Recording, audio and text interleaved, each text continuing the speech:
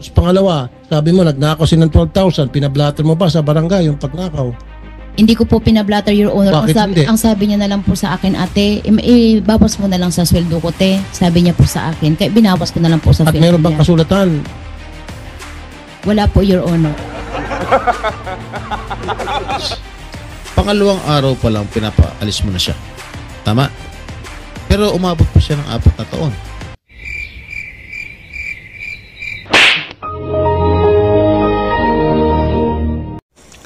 Ito ang Wow Trending. Isa na namang dating kasambahay ang lumutang na minaltrato din daw ng mag-asawang Franz at Pablo Ruiz.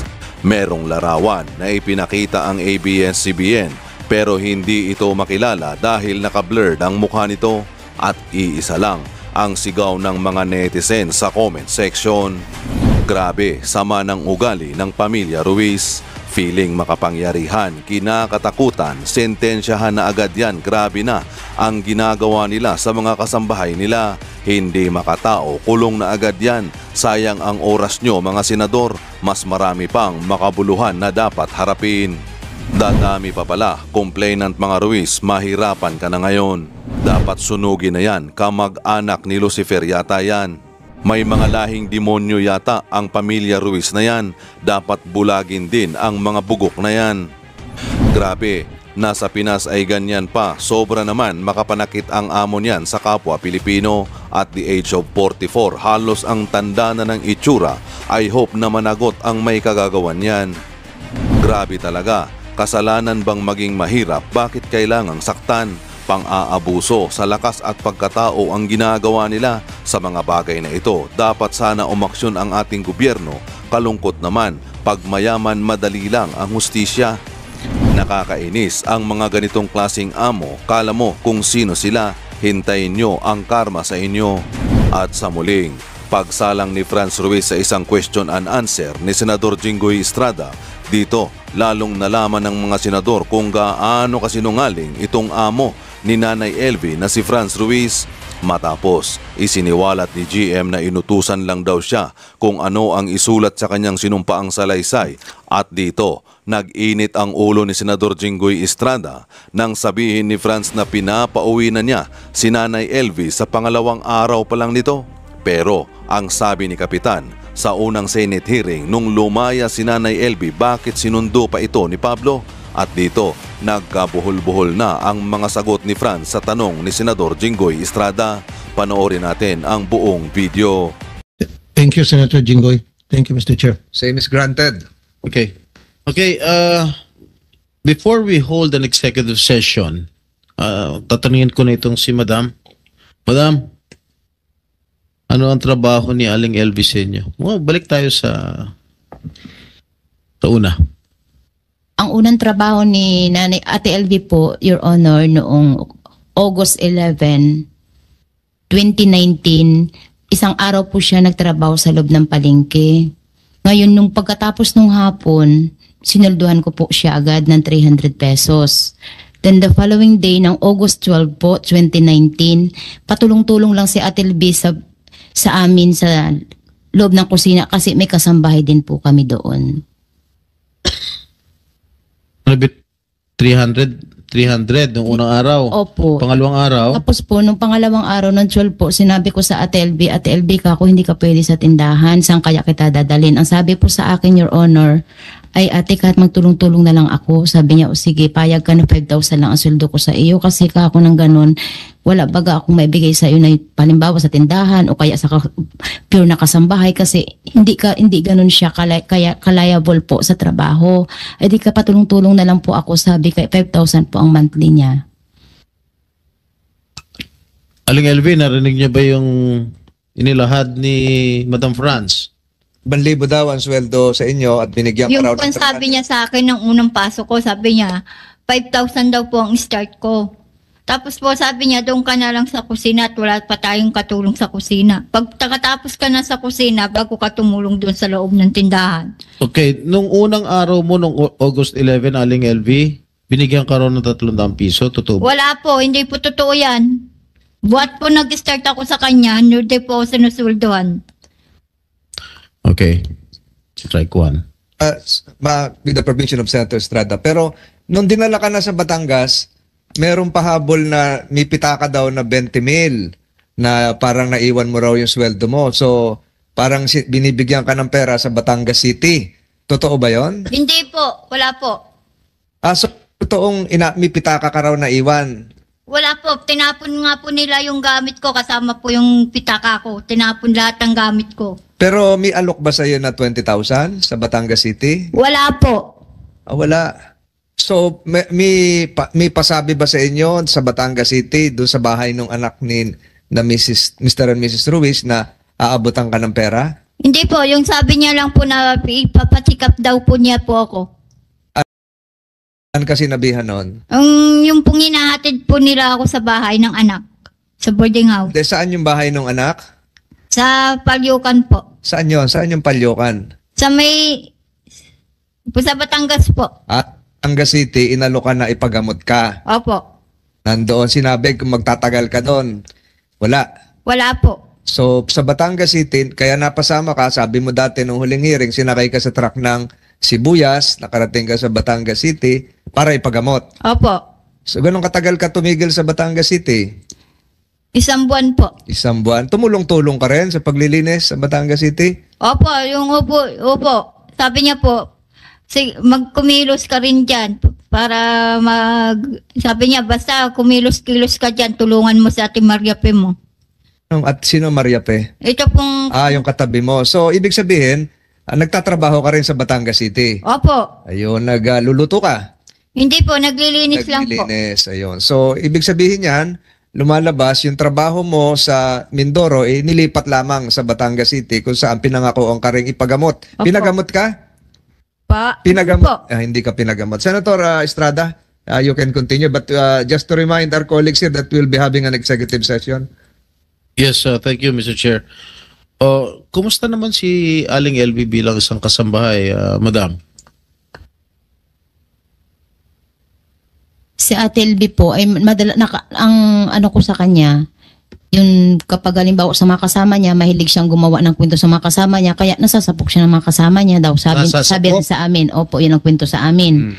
Tapos po, naglalagay siya ng madumi sa kapihan kasi sila po magkakasama sa likod dahil doon naman po ako nakapokus sa tindahan. Yun lang. Okay. Sa isang interview mo sa ABS-CBN, sa reporter na nagngangalang Dennis Dato, nagpa-interview ka ba? Opo, Your Honor. At sinabi ninyo, and I quote, may something medyo may tama utak niya. Referring to Aling LV. Totoo ba sinabi mo yan? Opo. Ano ibig sabihin? Kasi po, Your Sa Honor, sinabi mo? naglalagay po siya ng mga pubic hair sa pagkain. Nilalagyan niya ng mga kalawang na pako yung mga heater kapag nagagalit siya sa kanyang mga kasamahan. Tapos daw po ay yung washing machine yun ang pinto nila sa akin kasi wala din po ako at nasa kwarto nga po kami. Pinabubulaanan na nga nila JM yung mga sinasabi mo ngayon sa akin. Na nagtuturo ka kay JM na isulat sa kanyang affidavit o yung kanyang unang salaysay na naglalagay siya ng mga pubic hair sa pagkain, naglalagay siya ng kalawang na pako sa heater, kung ano-ano pa. Lahat pinabubulaanan niya na eh. Okay. Sir, makasingit. Kung sakasakali, Quick na lang. Kasi sabi mo may problema sa pag-iisip. Nung malaman mo may problema sa pag-iisip, ba't hindi mo pina-check sa isang psychiatrist? Ba't hindi mo dinala sa doktor? Ba't hindi mo na lang pina-let go? Kaysa naman patuloy pa rin siyang manakit sa sakta ng kanyang mga kasamahan. my next question, Mr. Chair. Bakit mo pa siyang pinatagal sa Kasi pagtatrabaho sa iyo? Kung sinabi mo sa reporter na may konting tama sa utak si Aling LV. Your Honor, pinapauwi ko na po ang Ate LV noong August 12 pa lang po nung hindi siya marunong doon sa tindahan. Second day mo lang, second day pa lang niya, pinauwi mo kasi na. po hindi kasi tindahan nga po kasi Your Honor ang kanyang i-apply sana sa akin. Wala nga So po ibig mo akong may bigay. sabihin, on the second day siya nagtatrabaho, nakita mo na may tama siya sa utak. Kasi po wala nga po akong may bigay na trabaho. Dahil hindi, sinungaling ito. Second day pa lang, pinauwi mo na. Opo, Second pinapauwi. day pa lang, naglagay na ng pubic hair sa... Hindi pa, kasi kumbaga po, Sinasabi mo, may tama na sa utak. Hindi pa, On hindi. the second day, na pumapasok siya, ganun ba? May tama, naramdaman mo na may tama siya sa utak? Hindi pa po. Doon hindi po, pinapauwi ko na talaga siya kasi nga po, wala po ako may bigay na trabaho. Tapos later on po, nung mga, mga 2020 na mga February, saka ko pa lang po naramdaman na ganun, nung kinuha niya yung pera sa bag ko na 12,000 nung doon po kami sa Tianggian ng mga February ng 2020 kasi nasa Tianggian po kami at that time. Teka, magulo ka kausap eh. Pinapauwi mo on the second day. Opo, Your Honor. Bakit mo inaalok ng sweldo ng 5,000? Oh, Pinapauwi ko na po siya, Your Honor, tapos nakiusap siya sa akin, ate, kahit na magtulong-tulong na lang ako sa iyo dito. Ngayon, sabi ko sa kanya, kung payag ka kako at ayaw mo naman umuwi, eh di ikaw, pero ang pasuldo ko lang sa iyo hanggang 5,000 lang, kako po, Your kaya Honor. nga, pinapauwi mo na nga siya. Ibig sabihin, pinaapalayas mo na siya. Correct? Ay, bakit may inopera ng 5,000 pa?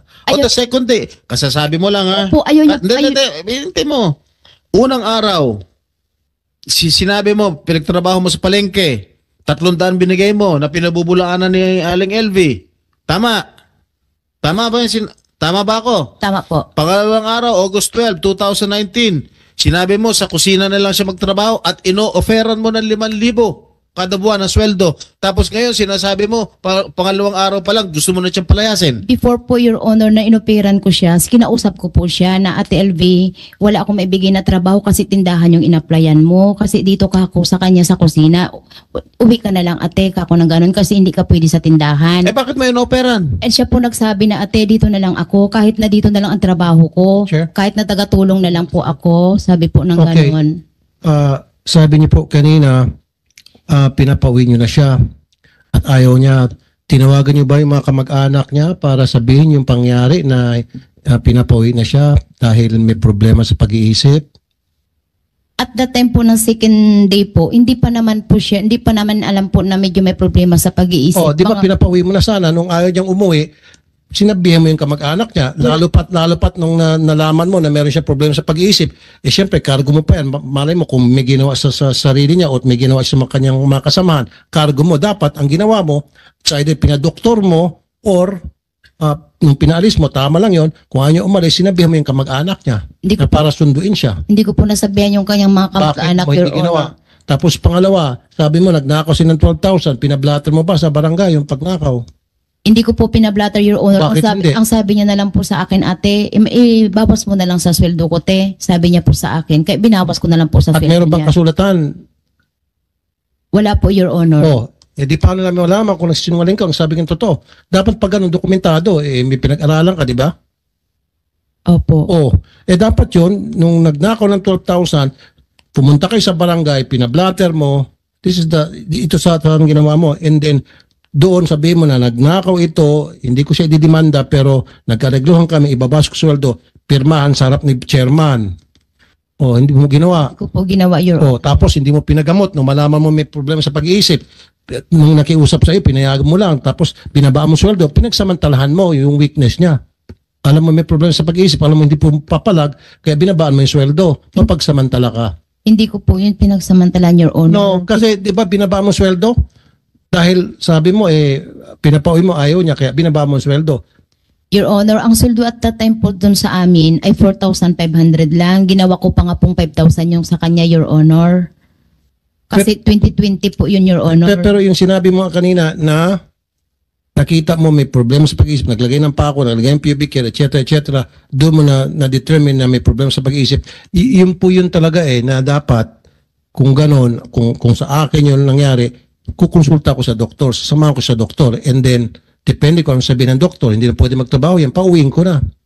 Or kung ayaw niya magpa-doktor, ikaw mismo magpapauwi sa kanya, tatawag ka sa kamag-anak para kung sakali man may nangyari, hindi mo kargo. Kasi nga, tinimbre mo, at tinimbre mo kay chairman. Ganon yun, di ba? Yan din yan sa negosyo, di ba? Negosyante ka. Di ba sa negosyo nyo, lahat ng galaw ninyo, lahat ng labas-pasok ng pera, sinusulat nyo, tama? Magaling ka sa pagsusulat sa negosyo. Dito, hindi mo nagawa, hindi mo na-apply. Natural lang yan, di ba? Everything should be recorded sa negosyo. Nung time O dito rin dapat everything is recorded. Noong time kasi, Your Honor, busy po kami kasi Ay, hindi mo pwedeng gamitin busy. Buhay ng tao dito pinag-usapan natin. Kung sa pera nga, wala, may time ka na mag-record. Pero pag taong pinag-usapan, buhay ng tao, wala kang time. Dapat yun ang tamang talagang gawain mo na nakita mo may problema sa pag-iisip. Dapat agad-agad, ni-record mo yung pumunta ka sa chairman. Diba? Sinumbong mo or pinagamot mo. Hindi mo ginawa, yun ang malaking pagkukulang mo. At questionable yun. Kasi ang normal na tao, yun yung gagawin. Ipapadoktor siya. Para hindi na lumala pa yung problema sa loob ng household mo. The fact na pinabayaan mo yun, ibig sabihin, kinukonsinti mo, game, okay ka lang kasi hindi naman ikaw nasasaktan. In fact, ikaw ang nananakit. Yun yung basa ko doon. Salamat, Senator Jinggoy. Thank you. With the permission of our dear colleagues here, we are about to have the executive session unless there are still... Marami po ang tanong, Mr. Chair. Okay. Thank you, Mr. Chair, for your indulgence. This woman is giving a lot of inconsistent statements, answers to Mr. Chair. Sinabi mo, Madam Franz, pangalawang araw pa lang pinapaalis mo na siya. Tama? Pero umabot pa siya ng 4 na taon. At pinalipat mo pa sa dinala mo pa sa anak mo. O, paano siya tumagal na, pangalawang araw pa lang, gusto mo na siya palayasin, umabot mo ng 4 na taon sa'yo. Sinama mo pa rin sa Batangas, sa apartment ng anak mo. Your Honor, wala pong 4 na taon kasi 2019 ng August lang siya pumasok sa amin. Kailan mo siya dinala sa Batangas?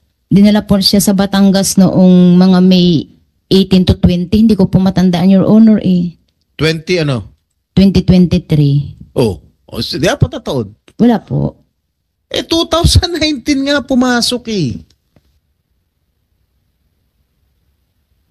Oh, ilan?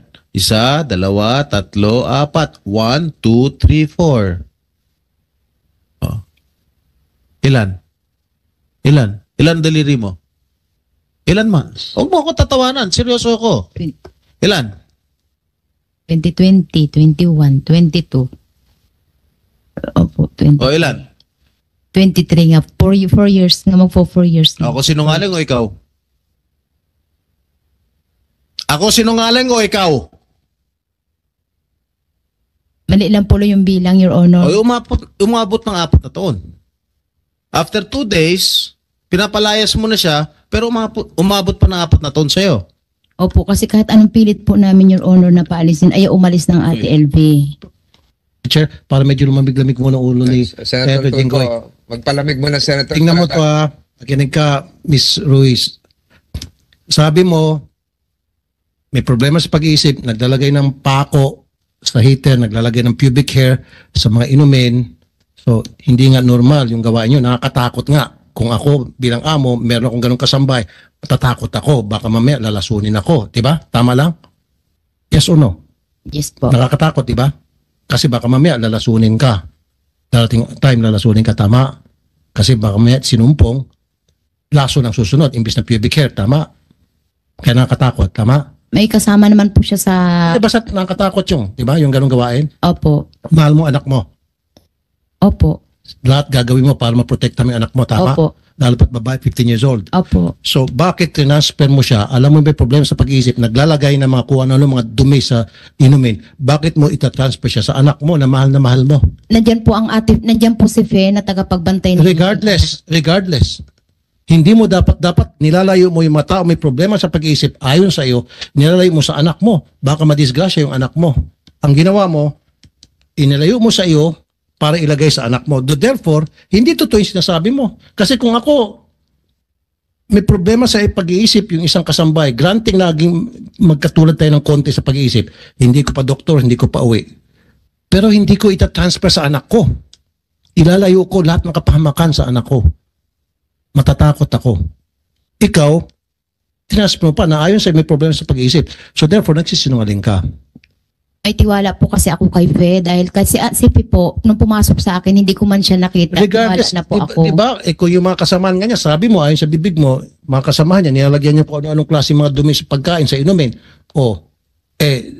Hindi ba pumasok sa isip mo na pwede rin gawin sa anak mo yon? Hindi na po pumasok sa isip ko, Your Honor, kasi nandun si Fe. Dahil ang anak ko po napasok ng alas 5 ng umaga. Hindi pwede kasi lahat tayo, mahal natin mga anak natin, especially babae pa. Kaya mo hindi na naisip yun, ibig sabihin, hindi mo naisip sapagkat ikaw ay hindi nagsabi ng totoo. Yun lang yun eh. Marami kasi inconsistency, hindi tumutugma-tugma yung mga sinasabi mo. Tapos ngayon, pagmamalaki mo pa na may problema sa pag-iisip, kaya ngayon hindi mo alam na hindi mo nasabi hindi mo naisip na dapat wag na siya ibigay sa anak mo.